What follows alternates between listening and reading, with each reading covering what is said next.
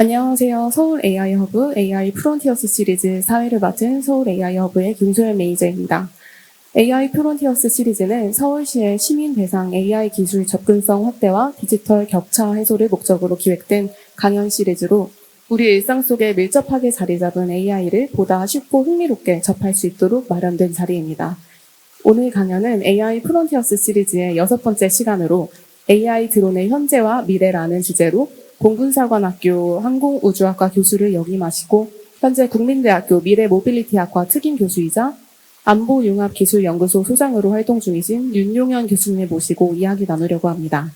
무인 항공기와 드론 분야에서 쌓아오신 풍부한 연구, 교육 경험을 토대로 AI 기술이 드론의 자율 비행과 군사사업 현장 적용, 그리고 미래 모빌리티 발전에 어떤 변화를 가져올지 깊이 있게 다루고 최신 기술 동향과 실제 응용 사례를 통해 AI와 드론이 함께 열어갈 새로운 하늘길을 살펴봅니다.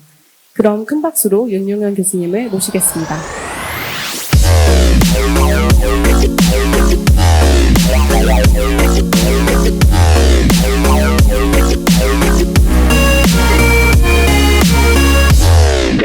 제가 오늘 여러분한테 강의할 내용은 원래 AI 드론의 현재와 미래입니다. 이걸 내가 준비하면서 제가 80년도에 드론을 설계해서 날렸던, 공군에서 날렸던 그 옛날 생각이 많이 나고, 그래서 현재는 이제 당시는 굉장히 기본적인 드론이었는데 지금은 AI 드론까지 시대가 들어가서 그리고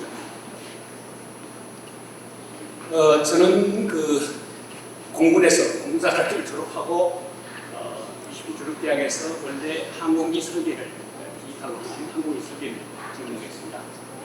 그래서 그 이후에 이첨단 최공학센터에서 연구를 교원으로 있다가 그다음에 공군사관학교 교수로 항공과 교수로 28년 정도 근무를 했습니다. 그 사이에 이제 여러 가지 좋은 경험도 많이 했지만 지금 현재는 국민대학교 미래모빌리티학과의 특임 교수로 있으면서 안보융합 연구소장을 하고 있습니다. 제가 좀 현재도 열심히 액티브하게 하고 있는 자체는 드론에 관한 국제 표준, 국내 표준, PS 표준에 대한 제가 전문위원이면서 기술심의위원장을 맡고 있다. 이것이 굉장히 제가 자부를 자랑스럽게 생각합니다. 그래서 오늘은 여러분들한테 말씀드릴 내용은 AI 드론의 탄생과 진화. 요즘 드론 그러면 용어를 잘못 알고 계신 분들이 많아가지고 이걸 정확히 처음부터 AI 드론의 탄생과 진화 과정, 그 다음에 AI 드론을 어떻게 우리가 분류하느냐, 그 다음에 AI 드론의 전체 시스템이 어떻게 되어 있느냐, 또 AI 드론의 특성이 어떻게 되느냐, 그래서 지금 현재 어떻게 활용되겠느냐, 한 200여 분야에서 지금 활용되고 있는데 이 활용 분야를 핵심적인 내용만 소개해 드리고, 제일 중요한 건 AI 드론이 출현함으로써 이것이 굉장히 많은 공격을 하고 있는데 이걸 어떻게 막고 우리가 AI 드론의 폐해를 어떻게 줄일 것인가, 그런 데 시스템을 어떻게 할 것인가, 이런 식으로 여러분들한테 설명을 드리고자 합니다. AI 얘기하기 전에 여러분들이 우리말에 근사하다 그런 말이 있어요. 이게 무슨 말이죠? 근사하다? 멋있다, 뭐에 가깝다 그런 말이죠. 그게 무슨 AI가 바로 하는 일이 사람이 하는 거하고 비슷하다, 그것을 우리가 근사하다 이렇게 얘기를 하는 거예요. 근사한 말의 어원이 또 어떻게 사람이 인위적으로 하는 것이 자체가 내추럴한 것에 가깝다, 그걸 우리가 근사하다고 하거든요. 그래서 요즘 한참 전 세계적으로 뜨고 있는 게 모델링 앤드 시뮬레이션, 그걸 하고 있습니다. 그거 중에 하나가 AI입니다. 그래서 AI, 즉 Artificial Intelligence 자체가 사람이 하는 것도 하고 거의 비슷하구나, 오히려 더 능가하구나, 이제 그것을 우리가 AI라고 하는데, 여기 이제 드론은 처음부터 어떻게 되느냐, 1935년도로 합니다. 이게 이제 이해군 제독이 영국에 방문을 해가지고 거기서 군사훈련을 하는데 항공기에 대해서 계속해서 거기다 무인항공기에 대해서 발사하는 것을 목격하고는 그 무인항공기가 또 우리나라도 개발했으면 좋겠다라고 받고 이 사람이 미국에 다시 돌아와서 이 자기 스탠들리 제독이 하버드 네이 김용에게 지시를 했습니다. 그때 당시에 쓴 영국의 그 무인 항공기는 퀸비, 요왕볼이었습니다. 왜 요왕볼이냐면 타겟이 날아가고 있을 때 모두 거기서 대공포를 쏘기 때문에 그것이 마치 요왕볼이 짝짓기 할 때 날아갈 때 밑에 수펄들이 올라가는 그런 모습이다. 그래가지고 퀸비가 있었어요. 근데 미국에서 이제 다시 이것을 이게 바로 퀸비가 영국에서 개발한 최초의 요왕볼 드론입니다. 그런데 이 스탠리 제독이 미국에 돌아와가지고 페르니 중령한테 야 영국에 갔더니 이러이러한 드론이 있더라. 예공공사. 그래가지고 이걸 이제 우리나라도 한번 해보자. 미국에서 한번 해보자. 라고 해가지고 대공포 사격하는 그런 드론을 이 사람이 개발을 했어요. 한 2년 정도 거쳐가. 그래서 1937년에 이 페르니 중령이 개발한 걸 우리는 영국에서 개발한 퀸비, 요왕벌 개비가 아니고 우리는 메일비, 즉 수퍼리를 하자. 그 메일비라는 말 자체가 드론이라는 말입니다. 그러니까 메일비라 수퍼 그 자체가 드론이라는 말입니다. 그래서 드론은 어떤 의미냐면 수퍼리다 그 얘기입니다. 그래서 여러분들 그 벌의 생태계를 보면은 이 벌의 생태계를 보면은 남녀가 있는데 여자로서는 요왕벌하고 일벌이 있습니다. 워킹비가 있어요. 남자는 메일비, 이게 드론입니다. 그런데 요 생태계 중에서 요왕벌은 로얄젤리를 많이 먹은 로얄젤리가 되고 그 다음에 일벌들은 일만 합니다. 전부 다 뿐만 체질 배우고 집 짓고 모든 일은 일벌이 합니다. 여자들 다 하는 거예요. 이 남자, 수퍼는 무의도식 합니다. 딱 한 번 써먹습니다. 언제? 여왕벌하고 짝짓기 할 때.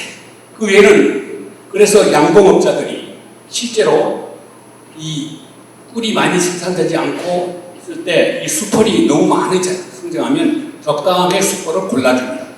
그게 이제 수펄의 생태계인데 어찌됐건 영국에서는 그걸 퀸비라고 해서 개발했는데 미국에서는 그걸 메일비, 즉 드론으로 이름을 대체해가지고 개발해야 된다. 그것이 여기에 이제 바로 미국에서 개발했던 메일비, 즉 드론입니다. 그래서 여러분들 여기서 제가 한마디 좀 보태고 들어갈게. 항공이라는 말이 있습니다. 항공. 그게 무슨 얘기냐 그러면 영어로는 aviation 그 말이거든요. 이게 공중에 난다는 얘기인데 이게 뭐냐면 원래는 당초 새처럼 나는 것을 항공이라고 했습니다. 근데 여기는 벌처럼 난다. 이렇게 용어가 좀 달라진 거예요. 그래서 여러분들 아시겠지만 aviation 그러면 에비스. 여러분들 그래서 에비스란 말이 bird, 새라는 얘기입니다. 그래서 여러분들 조류 독감 있잖아요. 그것도 뭐라고 그래요? AI라고 그러죠. 그래서 이건 뭐냐면 그것은 조류 독감, avian influenza. 그건 별도 AI. 그건 조류 독감을 얘기합니다. 그래서 여기서 우리가 여기서 우리가 제일 중요한 게 에이비에이션 중에서 핵심은 항공기입니다. 그래서 여러분들이 항공기하고 비행기가 어떻게 다른가 그건 좀 나중에 다시 설명해서 하겠습니다. 어찌됐건 영국의 퀸비에 상하는 메일비인 요 드론을 미국에서 개발해가지고 그 이후에 무인 항공기는 야 드론을 하자. 이래갖고 지금까지 쭉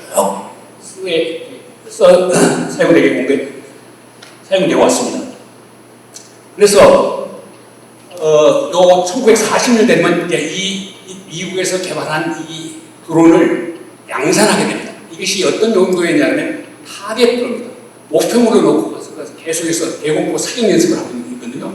제가 석사기 논문을 이거 가지고 써가지고 옛날 석사기 논문을 썼거든요. 그래서 이것의 당시 재원이 1940년대 최초 OQ2라는 레디오프레이라는 군담용 드론을 개발하게 돼가지고 이것의 크기가요. 여러분들 지금 드론하면 전부 다 작은 걸만 생각했는데 원래 이것은 길이가 2.65m, 날개 폭이 3.73m, 총 47kg구나.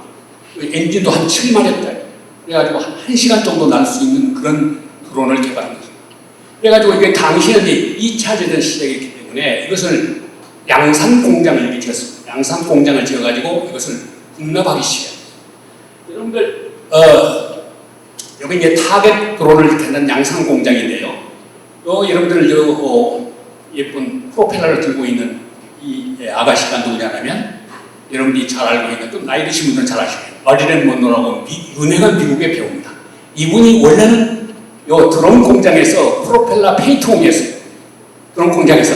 그런데 이게 어디 작가한테 이렇게 사진이 찍혔는데 이거 아주 예쁘다. 그래가지고 이분이 이약 스타덤에 올라가지고 미국의 유명한 배우가 됐던 겁니다. 이분이 우리나라도 방문했어요. 미군 임원 공연하러 우리나라에도 방문했습니다. 그래서 아마 지금 저 강원도에 가면 이 마릴린 먼로의 동상도 있습니다. 그래서 이 마릴린 먼로하고 지금 드론하고 그런 인연이 있다. 참고로 하시고. 마릴린 먼로도 결국 스타덤에 오른 게 드론 공장에서 일했기 때문에 그렇습니다. 자, 그래서 이후에 이제 1940년도 이렇게 됐는데 그 이후로 이제 60년대, 70년대, 80년대, 90년대, 2000년 지금까지 쭉 이제 어떻게 진화를 해왔냐 그러면 주로 전쟁을 중심으로 해서 진화를 해왔습니다. 그래서 1960년대는 베트남전이 있었죠. 그때 이 드론을 가지고 이용했습니다. 그 다음에 1970년대는 중동력이 아주 심했습니다. 그때도 상당히 많이 이제 전쟁에 사용되기 시작했습니다. 그 다음에 80년대는 또 무인기 시스템이 이제 조금 사용하다가 90년대는 걸프전에도 무인기가 많이 사용되게 됐습니다. 그 다음에 2000년대는 아프가니스탄. 이때는 아주 굉장히 수준 높게 이제 공격할 수 있는 완전한 항공 무기 체계로 발전하게 된 것입니다. 자, 그러면 이제 2020년쯤 이거 어떻게 됐냐 그러면 현재는 4차 산업혁명의 이제 기술하고 이제 맞아떨어지게 됩니다. 여러분들 4차 산업혁명의 핵심 기술은 AI 플러스 ICBM입니다. AI, Artificial Intelligence, 인공지능. I가 뭐냐면 IoT, C가 뭐냐면 클라우드, B가 뭐냐면 빅데이터, 그 다음에 M이 뭐냐면 모바일. 요 AI 플러스 ICBM이라는 요 기술과 같이 만나면서 엄청난 지적 능력을 갖게 됐고 능력을 부여하게 됩니다. 그래가지고 지금 우리 생활 속에도 이미 파고 들어오면서 전쟁에서는 핵심 무기로서 그야말로 게임 체인저로서 일을 합니다. 자, 그래서 지금 현재 완전히 이름을 하시면 AI 드론 시대가 오래됐습니다. 드론에서 얘기를 다시 얘기하면 그것은 드론은 인공생명체입니다. 인공생명체. 그래서 참고로 지금은 이제 최근에 이제 러시아 우크라이나에서 드론 아니면 전쟁이 안 될 정도로 이렇게 하고 있습니다. 그래서 드론은 이렇게 급속도로 최근에 들어오면서 무게, 고도, 크기, 활용도가 엄청나게 늘어나게 됐습니다. 도저히 사람이 올라가서 작업을 할 수 없는 곳까지 여러분들 우리는 지금 현재 날고 있는 항공기가 통상 11km에서 12km 이 정도 많이 올라가는데 이 드론은 20km 이상 올라갑니다. 20km 상공에서 몇 시간 동안 일할 수 있냐면 지금 우리나라에서 운영하고 있는 글로벌 호크는 30일 동안, 30시간 동안 떠서 지금 계속해서 정찰 활동하고 있습니다. 거기는 기온이 어느 정도 되는지 아십니까? 영하 60도 정도 되는 거기에서 20시간을 버티면서 또 25시간에 있어서 임무를 하게 됩니다. 그럴 정도로 고도, 크기도 많이 달라져가지고 지금은 이거. 뿐만 아니라 이제 공격무기로서도 이게 이렇게 발달하게 됐습니다.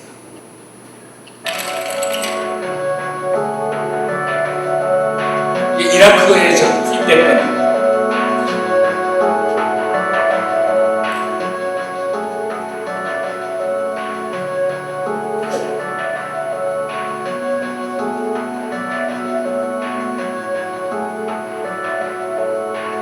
과거에 프레데터라는 인기가 있었어요.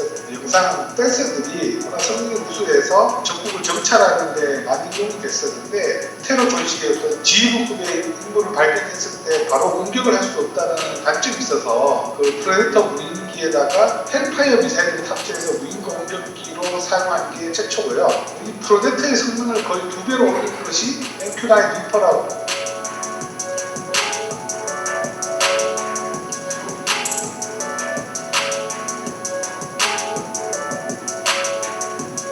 주인공은 정찰의 목적인데 정찰을 하다가 표적을 발견했을 경우에 바로 공격을 할 수 있는 무인기인데 예를 들어서 참수작전이라고 하는 정치 제거작전, 특수작전에도 투입될 수가 있고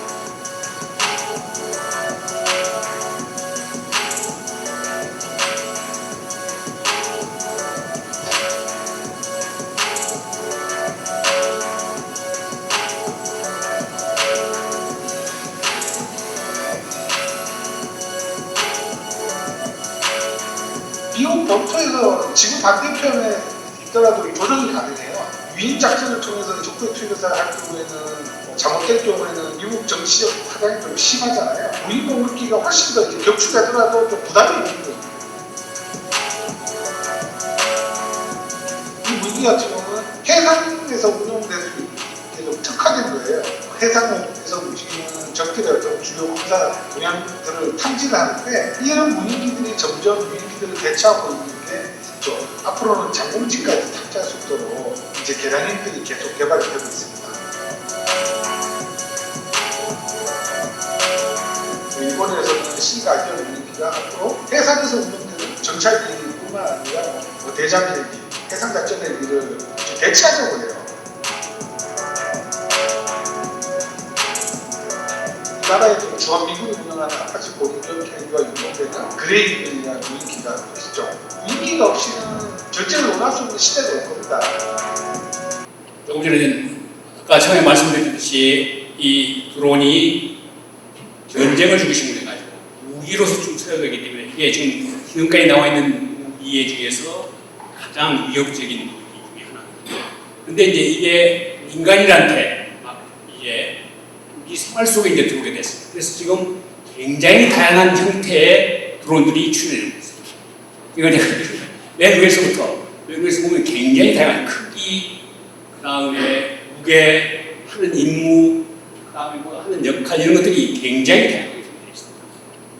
그래서 이걸 다 설명할 수가 없기 때문에 이제 이런 게 속에서 이걸 우리가 한번 분류를 해볼 필요가 있어요. 굉장히 다양해요. 왜냐하면 여러분도 아시겠지만 모든 학문에서 분류를 할 줄 알면 그건 거의 절반 이상 합니다. 학문적 분류가 대단히 중요하고 그래서 이걸 먼저 우리가 이 드론의 탄생을 우리가 분류를 한번 해보겠습니다. 자, 그래서 아까 얘기했듯이 AI, Artificial Intelligence라는 게 뭐냐면 스스로 판단하고 학습하는 컴퓨터 두뇌를 가지고 있다. 이걸 이렇게 이해할 수 있습니다. 그다음 여기서 이제 드론은 아까 얘기했듯이 무인 항공기의 그냥 대명사일 뿐입니다. 무인 항공기 대명사. 여러분들 지상에 있는 무기 중에서 탱크 있잖아요. 탱크가 원래는 뭡니까? 전차예요. 근데 전차를 우리는 탱크로도 많이 알고 있죠. 탱크가 전차를 개발할 때 그의 암호명이었습니다. 마치 우리 탱크처럼 생겼다. 그래가지고 그냥 우리는 전차를 그냥 탱크라고 하거든요. 마찬가지로 우리는 지금 요 무인 항공기를 개발해놓고 이건 드론이라 이름 해놓고 그냥 우리 드론이 오히려 무인 항공기보다 더 많이 쓰이는 거와 마찬가지입니다. 그래서 이 AI 드론이라고 우리 이렇게 정의할 수 있습니다. 사람이 조종하지 않아도 스스로 상황을 판단하고 비행하거나 임무를 수행할 수 있는 드론, 이게 바로 AI 드론. 자, 그러니까 사람이 갖고 있는 비슷한 두뇌를 다 가지고 있어야 됩니다. 그래서 요즘 AI 드론의 첫 번째, 우리 사람과 같이 눈, 코, 입, 귀를 다 가질 수 있습니다. 감각기능을 다 가지고 있습니다. 그 다음에 이 객체 인식 상황을 판단해야 두뇌를 가지고 있습니다. 이게 감각기능에서 들어온 것을 이게 상황이 어떻다.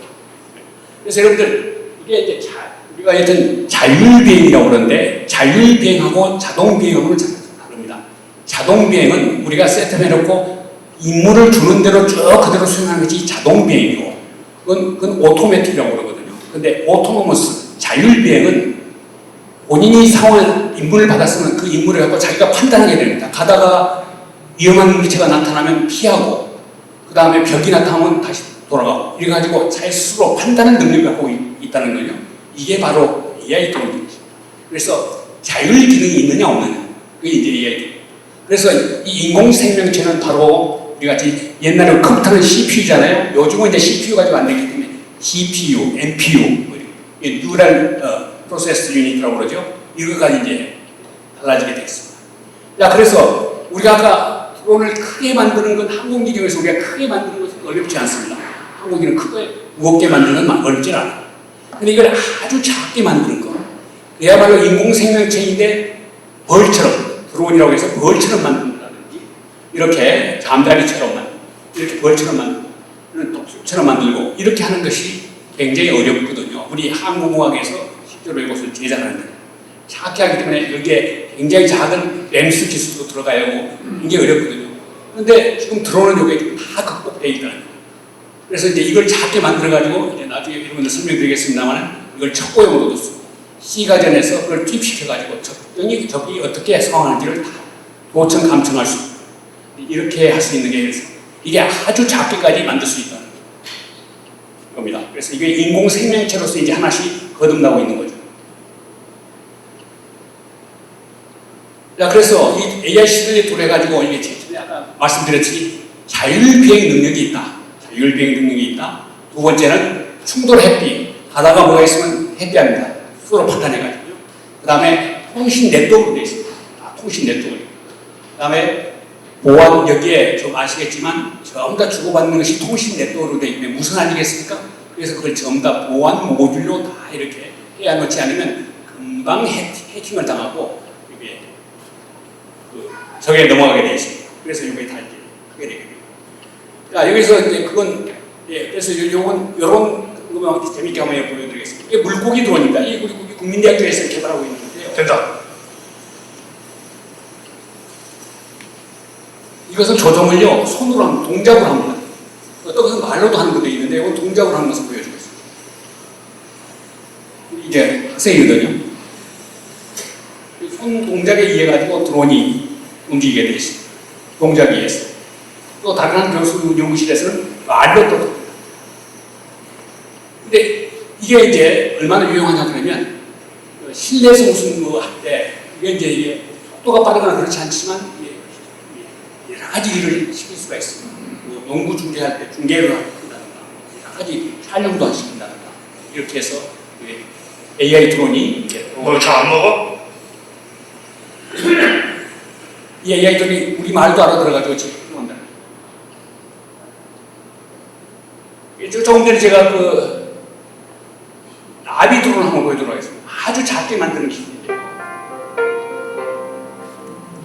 이 버터플라이라고 이모션. 이거 전부 다 인공으로 만든 겁니다. 나비를.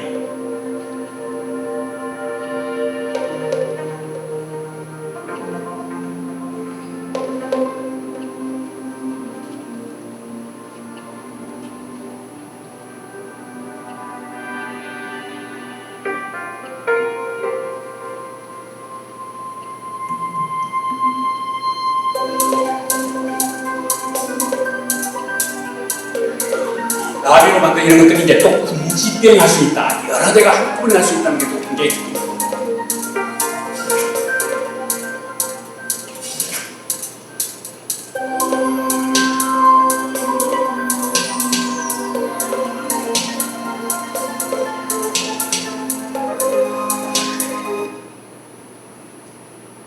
나비로 봤을 때 이번에 아주 여러분 11월 달에 할로윈 데이 했을 때 귀신 드론을 이렇게 만들어가지고 그러니까 할로윈 데이 때 별도대가 있어요. 할로윈 데이 때 이게 귀신 드론을 만들어가지고 무섭게 사람들 겁주는 그런 것도 장난 개발되고 있습니다.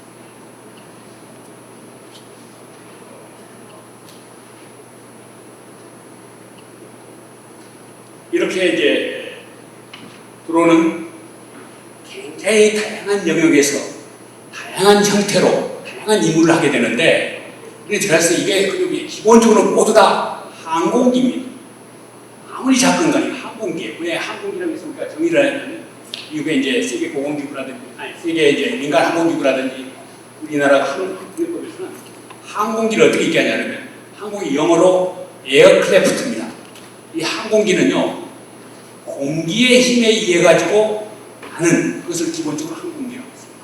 그럼 미사일이라고 그러면 항공기가 어떻게 다르냐? 미사일은 추력에 의해서 납니다. 그러나 항공기는 공기력입니다. 그 공기력은 양력이 있고 부력이 있습니다. 그 양력과 부력을 이용하는 양력 또는 부력입니다. 그래서 항공기는 양력 또는 부력에 의해 힘으로 날 수 있는 비행체를 우리가 항공기라고 하거든요. 그래서 우리가 항공기를 보면은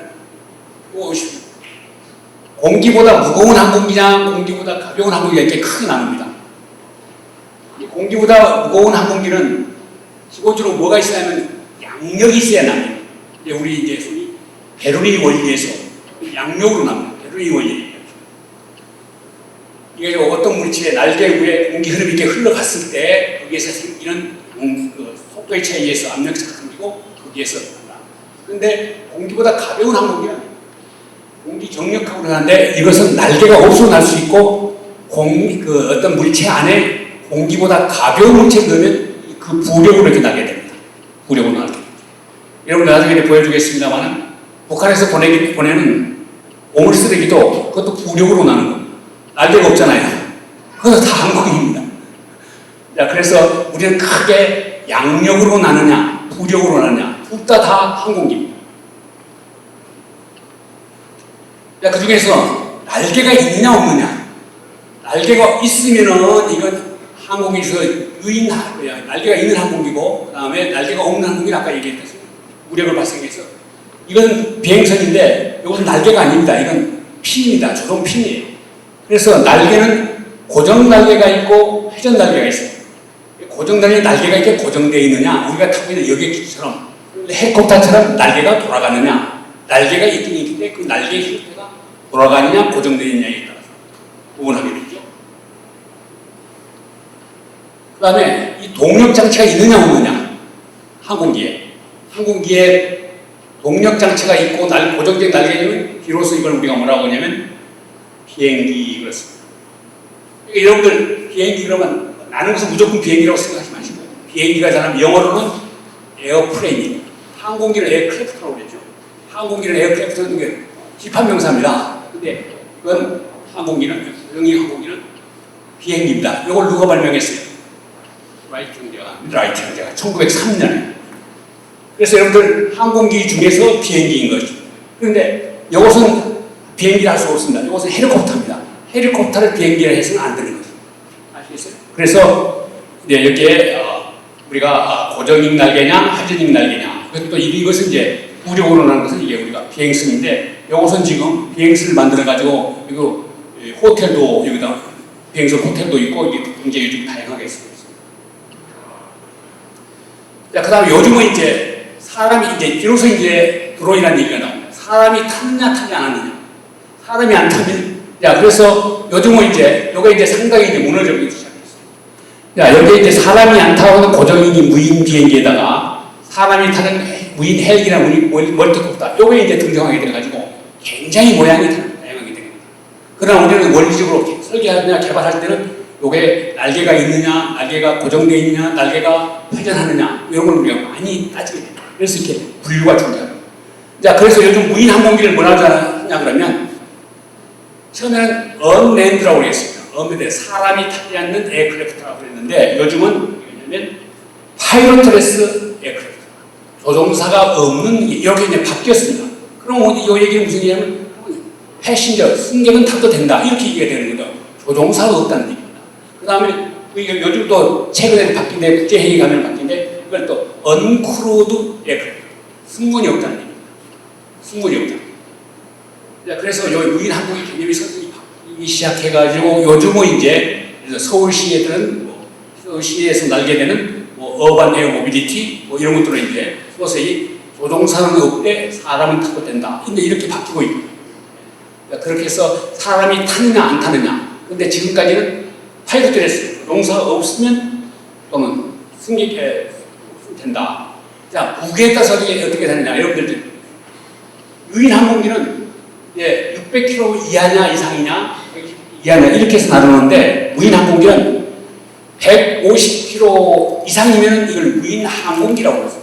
무게가 150km 이하면은 150km를 초과하면 무인 항공기 아니면 무인 비행 장치입니다. 요즘 우리 주변에서 가장 많이 볼 수 있는 게 무인 비행 장치죠. 여러분들 무인 항공기는 좀 주변에서 보기가 좀 어려울 거죠. 그래서 아까 제가 보여드렸던 공격기 이런 큰 어떤 그런 무인 항공기는 드론은 아마 무인 항공기급에 속하고, 무인 비행 장치 이것은 이제 150kg 이하를 저희가 무인 비행 장치를 하는데, 이 무인 비행 장치 150km 이하 초과하는 거 빼놓고 50km 이하짜리는 이것은 우리 무인 비행 장치를 하는데, 이 무인 비행 장치는 또 분류가 됩니다. 워낙 다양하게 나오기 때문에. 그래서 무인 비행 장치에는 무인 동력 비행 장치가 있고, 무인 비행선이 있고, 무인 비행기가 있고, 무인 헬리콥터 있고, 무인 멀티콥터, 무인 수직 이착륙기. 우리 송교관님, 요게 이제 최근에 우리 항공법이 바뀌었죠. 바뀌어서 이렇게 다양하게 나왔습니다. 우리나라 지금 항공법에, 아니, 우리 항공법에 지금 이렇게 새로운 부류가 생겼어요. 이게 지금 항공법 근거 요소. 그래서 여기는 사람이 타지 않는 헬기, 비행기, 멀티콥터, 그다음에 수직, 무인 수직 이착륙기 이렇게 분류가 돼요. 그래서 굉장히 이제 형태별로 타는데 이게 왜냐 그러면 우리가 조종사 자격증을 받을 때도 이게 달라요. 요게 이제 요게 이제 분류가 요건 우리나라 KS에서 분류하는 거고, 요것은 미국의 그 국제 표준협회에서 분류한 건데 이게 이제 무게에 따라 분류하는 겁니다만 우리가 요 경량항공기 조종사는 여기 조종사는 경량항공기 조종사는 이건 또 급이 달라요. 그래서 우리가 통상 드론 조종 자격증을 받았다 하는 이게 하는 겁니다. 나는 1종을 받았어요. 근데 지금은 이제 이거 세분화돼가지고 1종 받기는 좀 까다롭고 여기 조금 뭐 인터넷으로 하면 4종, 3종 받거든요. 그래서 요즘 지금 여러분들이 이 드론 조종사 자격증을 받으려면 요 무게에 따라 가지고 자기가 선택하는 겁니다. 무게에 따라. 자, 그래서 보면은 요즘 이제 AI 드론 시대로 가지고 여러분들 생활 가까이서 가장 많이 접하게 되는 게 바로 이제 무인 비행 장치 중에서 이렇게 멀티 로터 이런 모양이 제일 여러분들 많이 보고 실제로 가장 많이 지금 보급되어 있고요. 많이 활용되고 있습니다. 두 번째는 이제 이렇게 고정인 날개로 되어 있는 거. 이런 거. 그 다음에 세 번째는 로터 하나 있는 거. 헬리콥터처럼 하이브리드. 그 다음에 아까 비행 설치로 생긴 거. 이렇게 전체적으로 하는데 가장 많이 멀티콥터가 다양하게 이런 형태들이 있습니다. 멀티콥터 중에서도 굉장히 다양하죠. 굉장히 다양한 모양인데 이거 제가 하나씩 분석해 볼 때 정말 다 여러 가지 실험과 설계 개념을 해가지고 알 수 있습니다. 자, 이제 그런데 이렇게 복잡하고 다양한 드론도 기본적으로는 딱 시스템이 정해져 있습니다. 우인항공 시스템은 뭐냐면 첫 번째 이 기체가 있어야 되고요. 우인항공의 시스템은 드론의 기체가 있어야 되고요. 두 번째는 지상에 있는 조종 장비가 있어야 하고 지상에서 지원 장비 요 세 개 큰 그룹으로 나눠집니다. 나는 그동안에 요 우인항공기 나르고 있는 기체만 얘기를 했는데 실제로 그 기체가 날기 위해서는 밑에서 지원하는 지상 조종 장비가 있어야 되고 또 지상 지원 장비가 있어야 돼요. 이런 것을 여러분들 소개해드렸는데 요게 이제 어떤 특징이 또 있냐 그러면 요건 제가 이제 우리 국민대학교에서 우리 학생들을 위해서 제가 수업을 쭉 하고 있는데 요것은 특히 좋은 게 실내에서 날려도 절대 충돌하거나 해도 전혀 문제가 없습니다. 그래서 실내에서 사용하기 아주 좋아가지고 여기다 카메라도 달 수 있고 여러 가지 실내에서 사용할 수 있는 아주 좋은 케이스 내가 여러분들 특별히 소개해드립니다.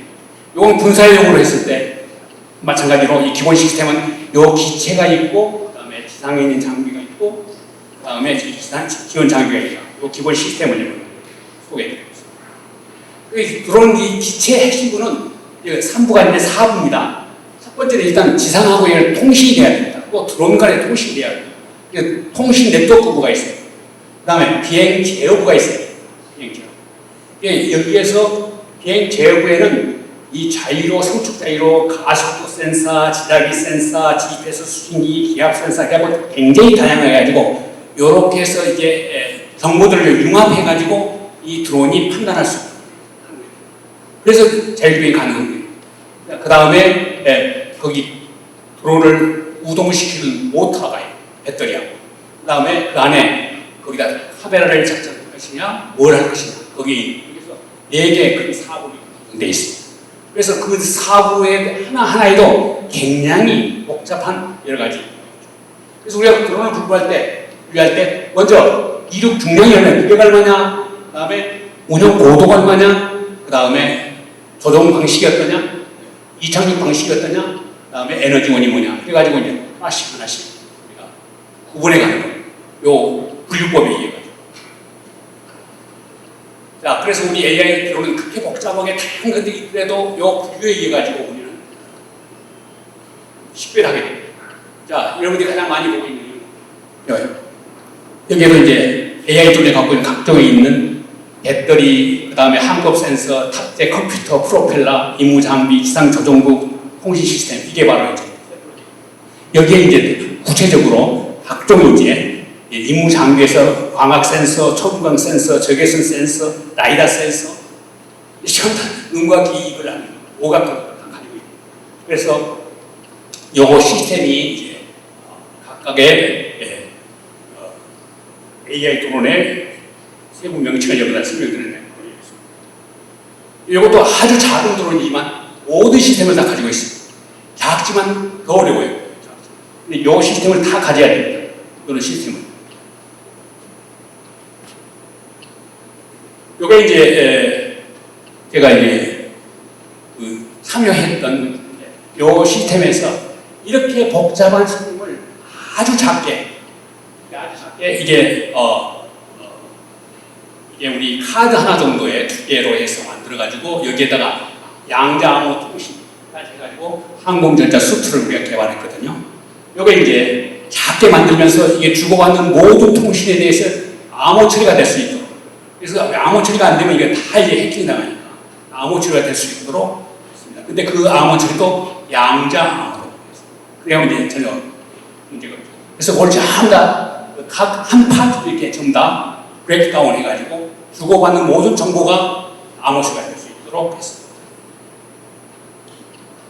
자, 그래서 이걸 크게 이제 묶어봤어요. 우리가 AI 드론의 6대 핵심 기술이 있습니다. 6대 핵심 기술. 자, 첫 번째가 뭐냐 그러면 이쪽에서 탐지 인식 기술입니다. 탐지하고 인식하려면 첫 번째 모든 센서가 좋아야 돼요. 정확해야 돼요.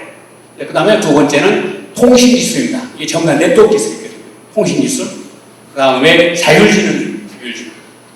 그 다음에 동력원. 이게 배터리라든지 배터리 수명이 얼마나 갈 것이냐.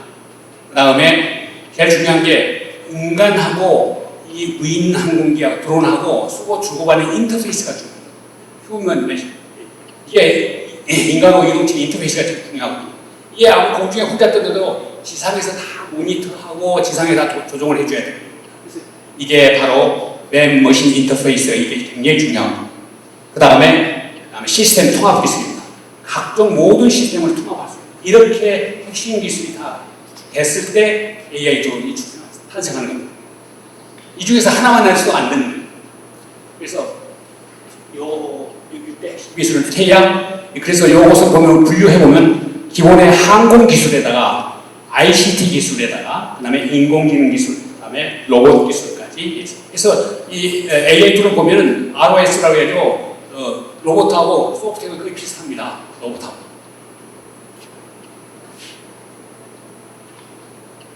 그래서 6대 핵심을 보면은 아까 여기에 해당되는 필요한 부품들이고요. 탐지, 인식 기술, 통신 기술, 자율주행, 동력은 이동, 인간 이동체 인터페이스, 시스템 통합 이렇게 해서 6대 핵심 기술에 필요한 부품들을 이제 열심히 계속 개발하고 있는 중입니다. 제가 요즘 하고 있는 게 이제 우리 김 박사님하고 같이 하고 있는 게 충돌 햇빛 자율주행 고장 예지거든요. 이게 지금 하고 있는 게 요번에 이제 도쿄 가가지고 예정인데 드론이 처음에 날리기 전에 어디가 고장날 것이냐 예지를 하는 거예요. 날리고 나서 어디에 이제 드론 부품이 고장날까 그거 하고 두 번째는 이 드론이 날 때 제대로 일하고 있느냐 그래서 레이더를 새로운 레이더를 개발해가지고 이 KU 대역, AD 대역, X 대역 레이더를 개발해가지고 훨씬 정확하게 스스로 이착륙이 가능합니다. 그런 레이더를 개발합니다.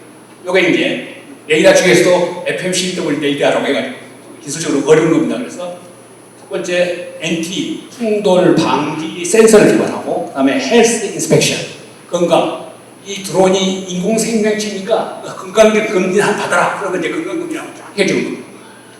그 다음에 헬스 데이터를 게더링 해가지고 너 건강 상태가 어떻다 마치 우리가 병원에 가면 건강검진 해주시 이런 시스템을 지금 개발하고 있습니다. 이게 우리 산업에서 조언하고 있는 초기업자 해가지고 여기 김정원 박사하고 김정원 박사하고 지금 여기 인발을 해가지고 요 기술을 이제 국제 표준화를 진행하고 있습니다. 그래서 이걸 대중에게 충돌 방지면은 이게 각각 시스템이 고도가 높을 때, 낮을 때 다 다르거든요. 그래서 이 각 시스템에 대해서 어떻게 우리가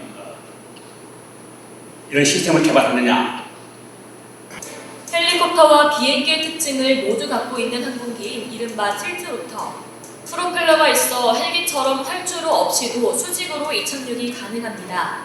또 전진 비행을 할 때는 날개 쪽 프로펠러를 수직에서 수평 방향으로 전환해 높은 고도에서 빠르게 날아다닐 수 있습니다.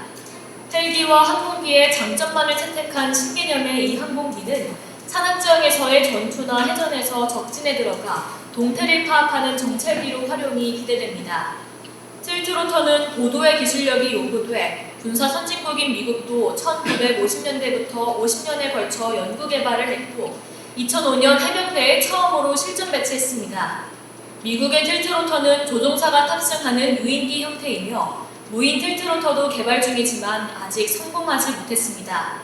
미국도 실패한 틸트로터 무인기, 사실은 한국이 세계 최초로 개발에 성공했지만 우리 군에서조차 활용을 머뭇거려 세계 최초 타이틀을 빼앗기게 생겼습니다. 정보 출연 연구기관인 한국항공우주연구원은 2002년 예산 약 1,000억 원을 투입해 틸트로터 무인기 개발을 시작했고 9년 만인 2011년 개발에 최종 성공했습니다. 2002년 한국이 틸트로터를 만든다고 하자 미국 벨 헬리콥터사는 그러시든가라며 코웃음을 쳤고 우리의 기술 지원 요청도 거부했습니다. 하지만 벨이 50년 동안 만든 틸트로터를 국내 연구진이 10년도 안 돼 자력으로 기술 개발에 성공하자 벨사는 사실일 리 없다며 현실을 부정했습니다. 한국의 틸트로터 무인기는 벨사의 틸트로터보다 성능도 뛰어나다는 평가입니다.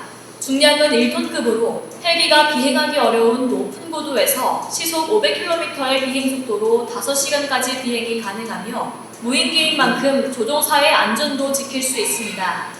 한국 틸트로터 무인기는 2012년 200kg급으로 중량을 낮춰 실용성과 민첩성을 강화한 축소 버전 개발로 이어졌고 2017년에는 항상자동 이착륙에도 성공했습니다.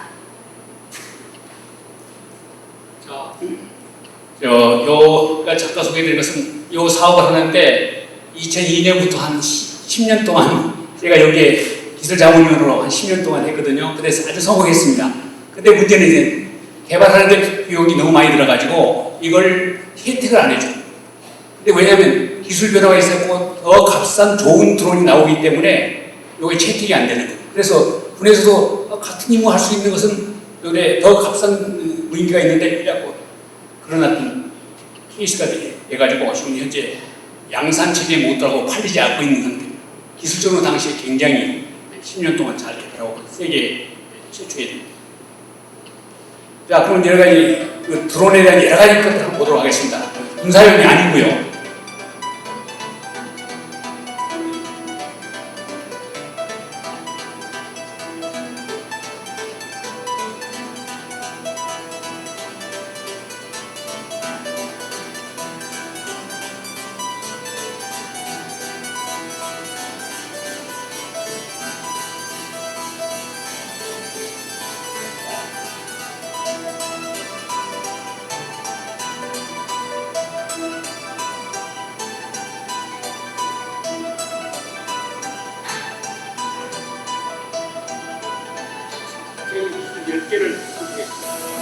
열 개를요.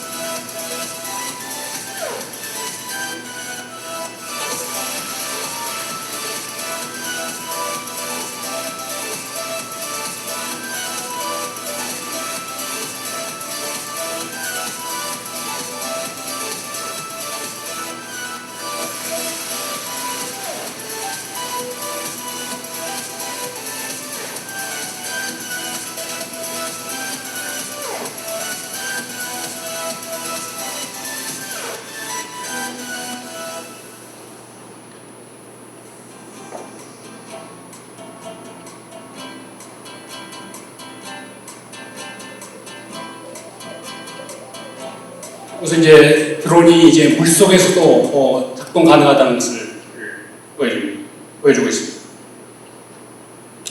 제가 이제 좀 정리를 한번 해보도록 하겠습니다. 예, 드론은 이제 우리가 요걸 다이아그램을 만들었는데 드론은 이제 임무 특성이 있습니다. 우리가 어떤 데 드론을 해야 되느냐? 예, 내가 4D 미션이라고 하는데 3D가 아니고 3D가 아니고 데인저러스 미션, 위험한 지역에 투입한다.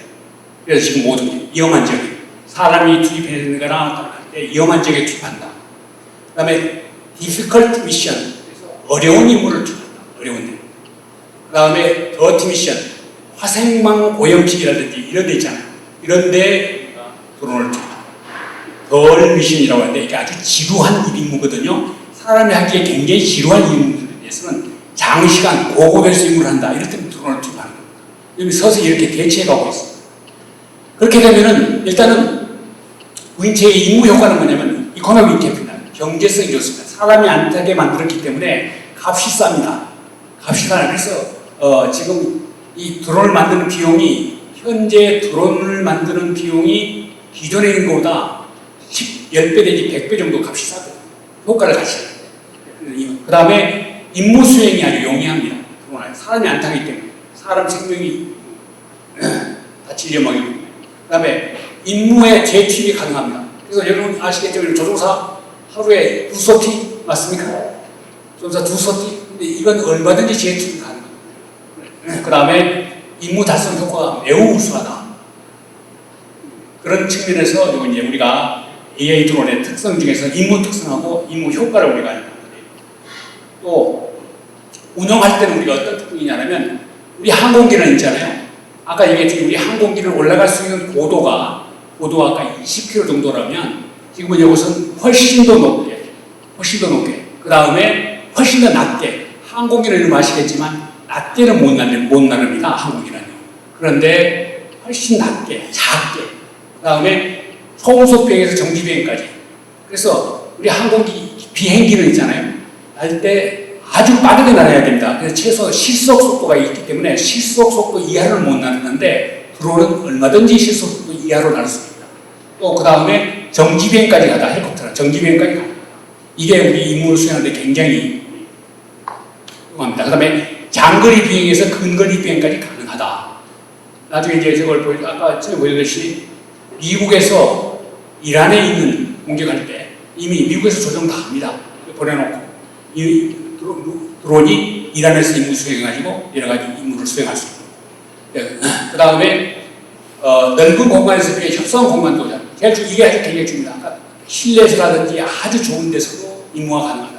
그리고 우리가 비행기를 투입할 수 있는 곳이 전부 다 높고 멀리 이런 데서 가능한데 이 드론은 아주 높은 데서뿐만 아니라 좁은 데까지, 넓은 데뿐만 아니라 좁은 데까지 가능합니다.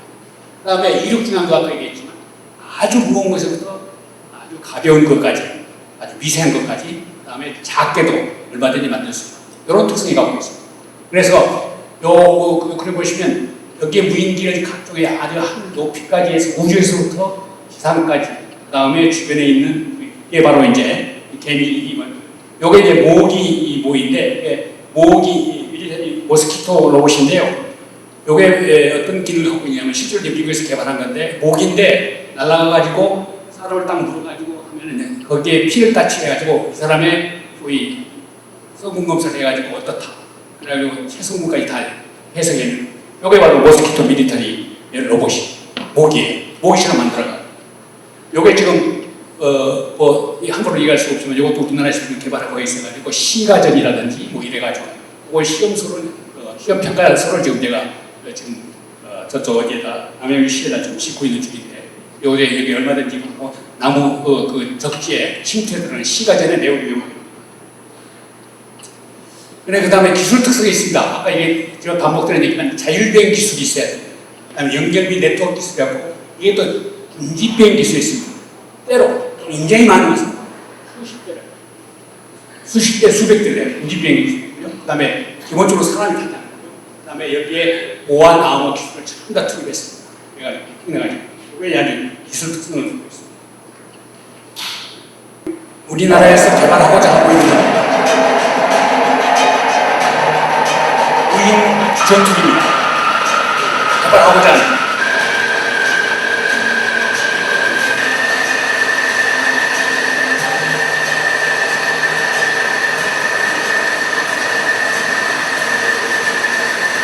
완전히 스텔스 능력 전투기입니다.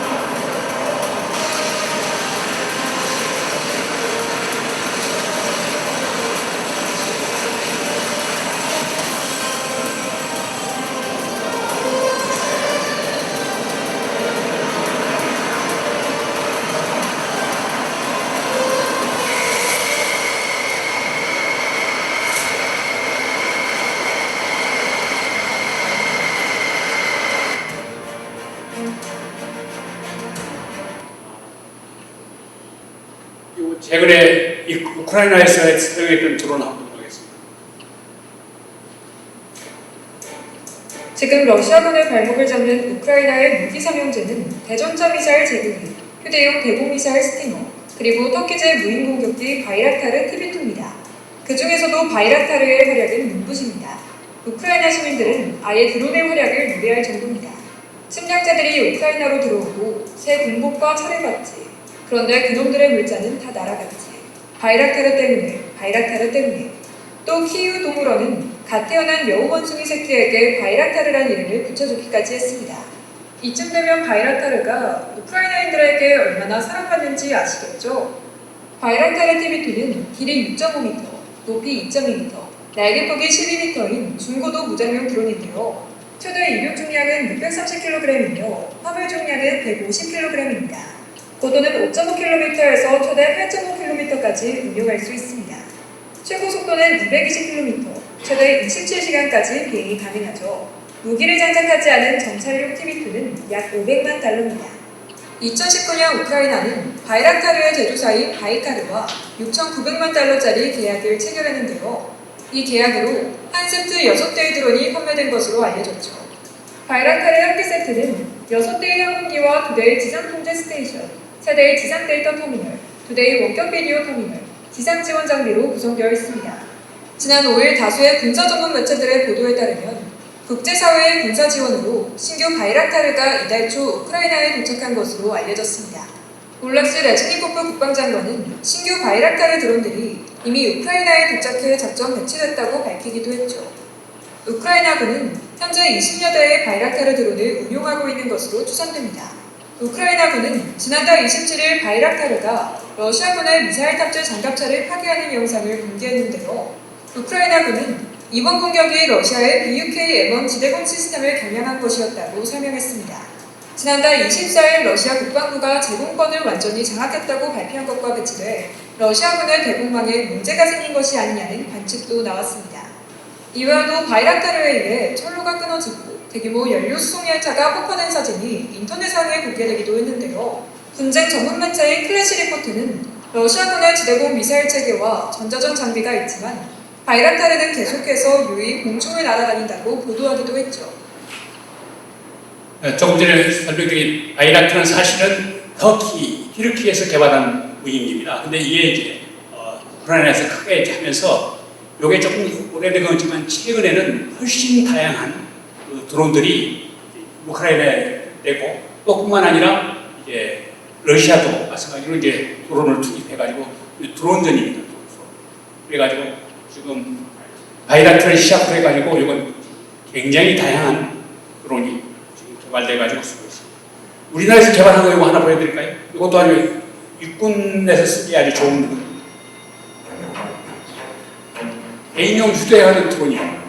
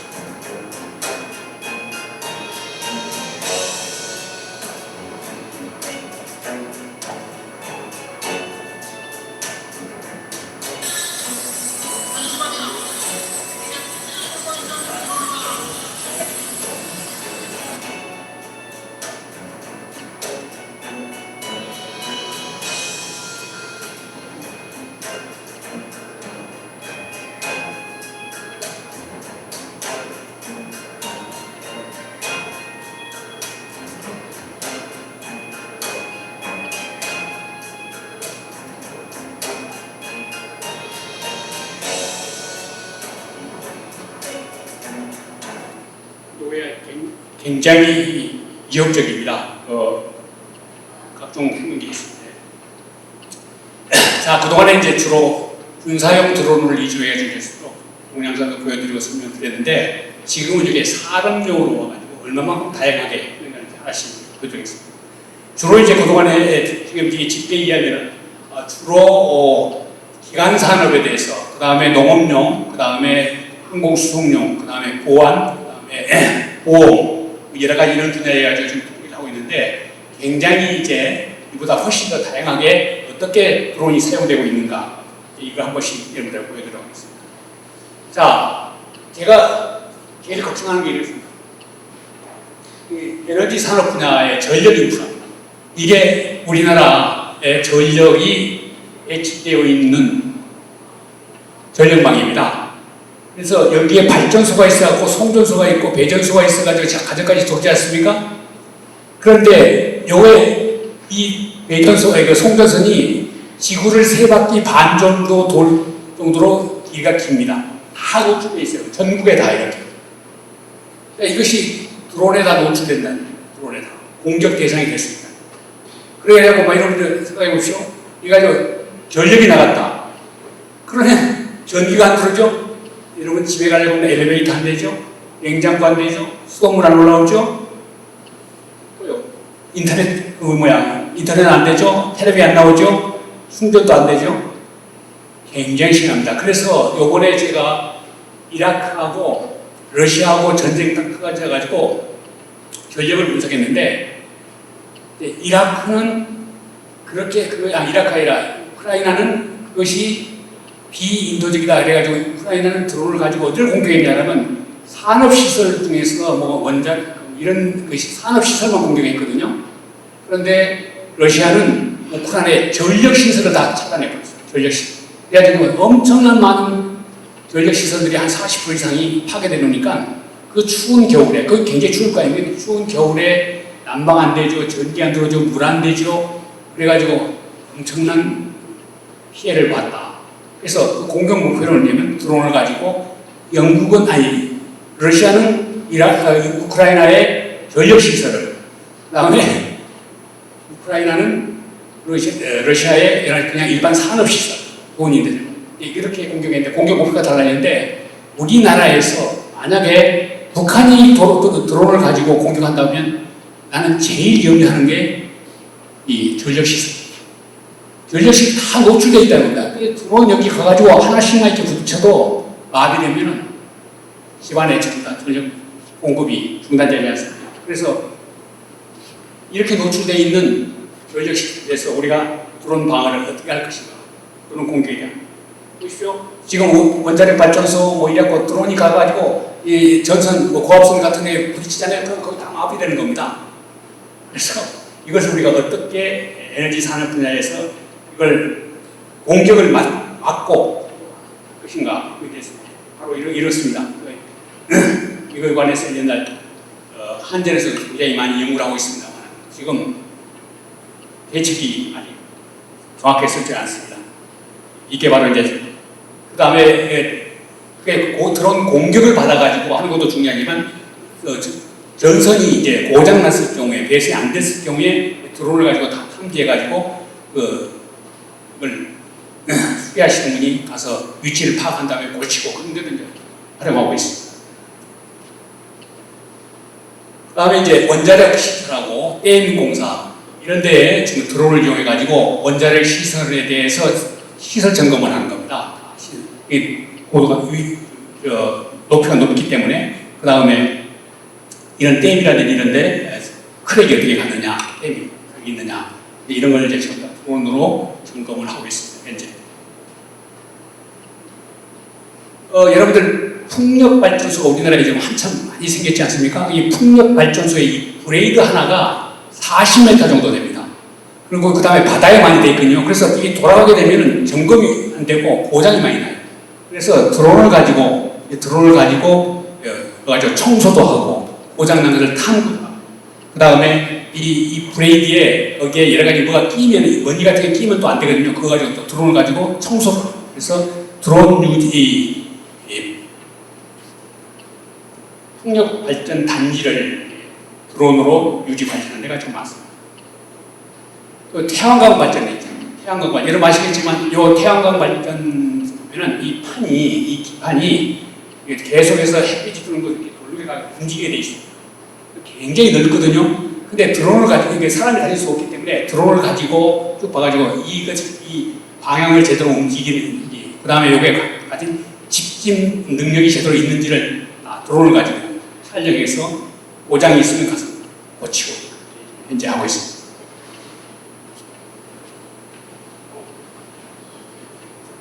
이거 이제 유전시설의 정유시설 같은 데 이제 아직 외딴국이 있기 때문에 이것도 이제 드론을 가지고 계속해서 유지관 점검을 하고 있고요.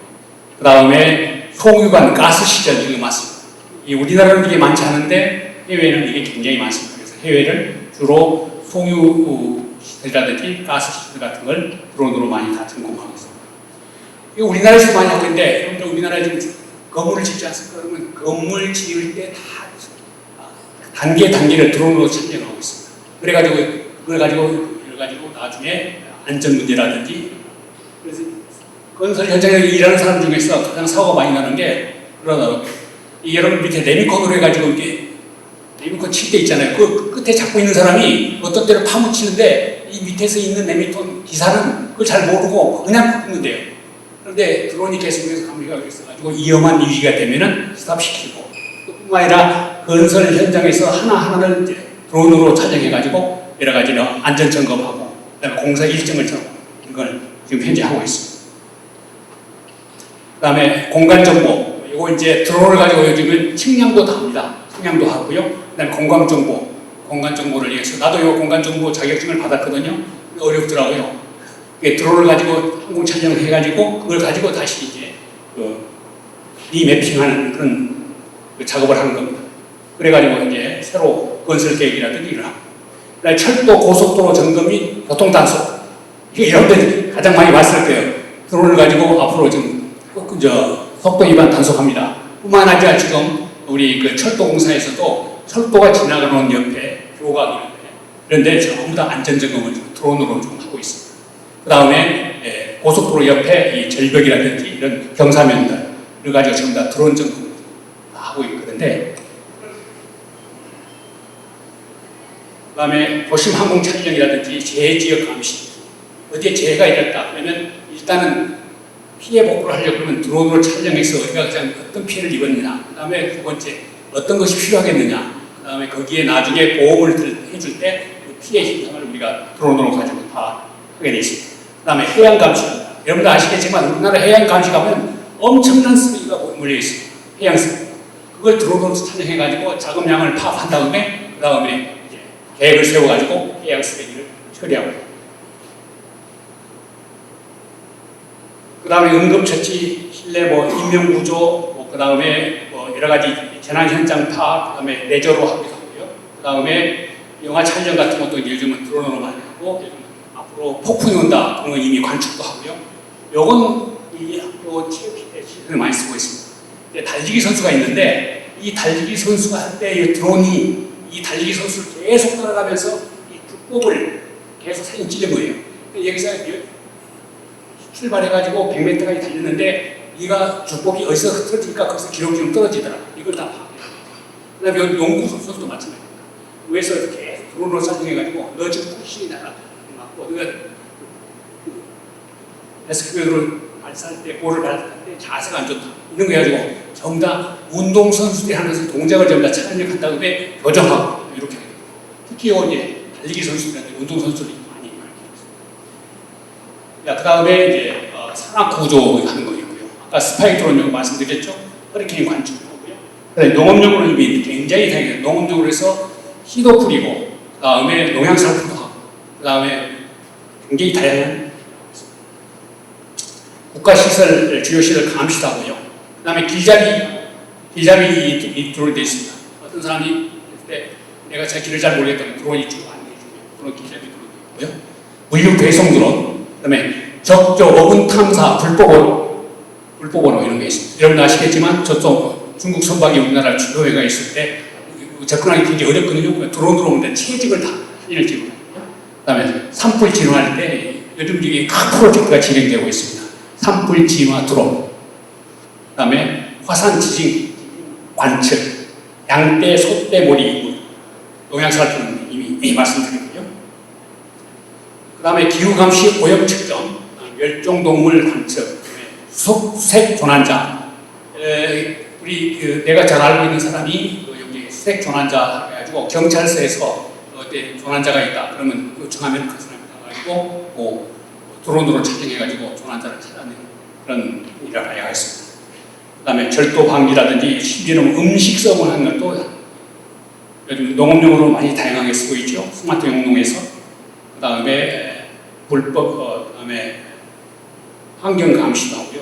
긴급물자 수송, 그 다음에 교통감시, 스포츠 레저 활동. 아까 여기 사진에 동영상 봤겠지만 이렇게 해가지고 드론이 내가 지금 자전거를 타고 있는 것을 뒤에서 다 찍어줍니다. 인식시키는 거예요. 또 이게 집안에서 실내에서 촬영할 때 작은 드론들이 이거는 포켓 드론이라고 그러는데 주머니에 넣고 다니다가 어떤 내가 원하는 사람을 계속 사진을 찍겠다 그러면 그 사람 딱 얼굴 인식시킨 다음에 확 던져주면 많은 군중 속에서 그 사람만 계속 트래킹하면서 사진을 찍습니다. 이게 이제 바로 그런 카메라예요. 아까 말씀드렸죠? 이렇게 작은 인섹트 드론도 다양하게 개발돼 가지고 사용되고 있고 경찰 드론, 경찰들이 여러분 이게 이제 여러 지자체에서 지금 현재 드론 쇼를 지금 하고 있습니다. 이번에 부산에서 했던 거 2025년도에 설날 드론쇼 했던 거고, 이건 이번 8월 15일에 저 고흥도하고 그래가지고 이 드론쇼가 굉장히 지금 인기가 있어요. 우리나라 그 평창 올림픽 할 때 당시만 해도 우리나라는 자체할 수 있는 그 능력이 안 돼서 외국에 갔다 했는데 지금은 이제 우리나라 자체 드론쇼를 아주 잘하고 있습니다. 자, 그러면 이렇게 굉장히 다양한 드론 활용이 있는데 간단하게 이제 드론의 참가 방법. 이렇게 드론이 만약 공격을 보거나 드론이 사람을 위해한다든가 뭐 이런 것이 나쁜 짓을 했고 공격이 왔을 때 우리는 어떻게 해야 되느냐. 그걸 우리가 좀 요즘 엔티 드론 시스템이라고 했어요. 엔티 드론 시스템을 이렇게 우리가 영어로 카운터 드론 시스템이라고 하는데 해럼이 공격으로부터 안전을 이용하는 폭도를 탐지비 식별해서 무력화시키는 방법입니다. 그래서 첫 번째 이제 엔티 드론 시스템은 공격 테러를 또 보호하고요, 항공 안전을 확보하고 드론 비행 관제 비준해가지고 이렇게 이제 아이언 도움을 만들어가지고 드론이 못 들어오게 전파 막을 치기도 하고. 자, 그래서 기본은 현재 그런 방에 드론을 저렇게 제일 어려운 게 드론을 먼저 식별하는 겁니다. 저게 아군이 그 다음에 보안 안전 관제 이런 요소들을 우리가 먼저 고려한 다음에 드론을 먼저 맨 처음에 공중 감시 기계 우리가 탐지를 하고 식별하고 무력화해야 되는데 탐지하는 장비들이 있잖아요. 이 드론은 저고도로 날라오기 때문에 이걸 우리가 탐지가 어렵습니다. 이게 고고도로 온 걸 보면 우리가 중고도 이상이면은 우리가 좀 레이더를 쳤는데 저고도로기 때문에 탐지하는 시간도 짧고 그 다음에 빨리 대치가 어렵거든요. 그래서 탐지 식별할 때 우리가 보통 데이터 센서라든지 RF 센서, EOIR 센서, 어쿠스틱 센서, 음향 센서죠. 그 다음에 어나리틱 콘솔 이런 걸 쓰는데 이렇게 해서 탐지 식별을 하는데 이게 가장 어려움이 돼요. 탐지 식별이 돼야 그 다음에 이제 우리가 차단 시스템인데 차단 시스템은 RF 재머라든지 EMP라든지 레이저 건이라든지 파이어와 란처 뭐 이런 미사일 이런 것들을 할 수 있는데 제일 어려운 게 탐지 식별입니다.